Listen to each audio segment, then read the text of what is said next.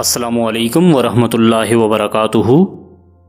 حضرت حبیب اجمی رحمۃ اللہ علیہ بڑے اللہ والے گزرے ہیں، لیکن ان کی بیوی شروع میں بڑی بدمزاج تھیں۔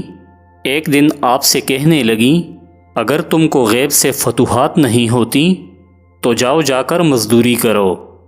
آپ یہ سن کر گھر سے نکلے، کیونکہ ولایت اور دنیا داری آپس میں زیادہ ملن نہیں رکھتی، اس لیے آپ صبح سے شام تک عبادت میں مشغول رہے اور شام کو گھر آ گئے، مگر دل میں بیوی کی تہدید و تشدید کے خیال سے سخت پریشان تھے۔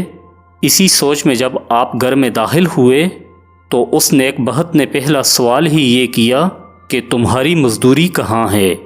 آپ نے فرمایا، جس نے مجھے کام پر رکھا ہے وہ بڑا کریم ہے، مجھے اس سے اتنی جلدی اجرت مانگتے ہوئے شرم آتی ہے، آپ تھوڑا انتظار کریں، وہ خود ہی دے دیں گے۔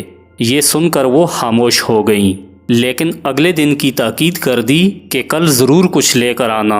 آپ نے اگلے دن پھر اسی طرح کیا، عبادت میں مشغول رہے اور شام کو گھر آ کر پہلے کی طرح ہی بیوی کو جواب دے دیا۔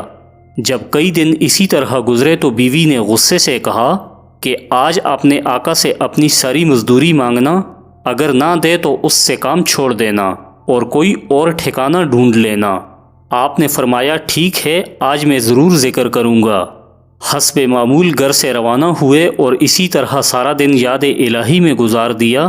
جب شام کو واپس آئے تو ڈر ڈر کے گھر میں قدم رکھا، دیکھا کہ گھر میں دھواں پھیلا ہوا ہے، دسترخوان بچھا ہوا ہے اور بیوی بڑی خوش و خرم ہیں اور فرماتی ہیں کہ جس شخص نے تم کو کام پر رکھا تھا آج اس نے آپ کی اجرت ہمارے گھر بھیجی ہے، واقعی وہ بہت عظیم ہے، اور اس کا قاصد کہہ گیا ہے کہ حبیب سے کہہ دینا کہ وہ ہمارا کام خوب دل لگا کر کرے، اور یاد رکھے کہ جو دیر ہم نے کی وہ باعث بخل و ناداری کے نہ تھی۔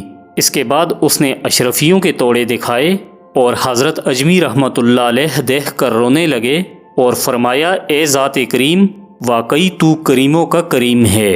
اے اللہ، ہم بھی ایسا ایمان چاہتے ہیں، ہم بھٹک چکے ہیں، مانگنے کا سلیقہ بھول چکے ہیں، تو ہمیں مانگنے کا طریقہ بھی سکھا دے، سوچنے سمجھنے اور عمل کرنے کی توفیق بھی عطا فرما دے، کیونکہ تو ہی رحیم ہے، تو ہی کریم ہے۔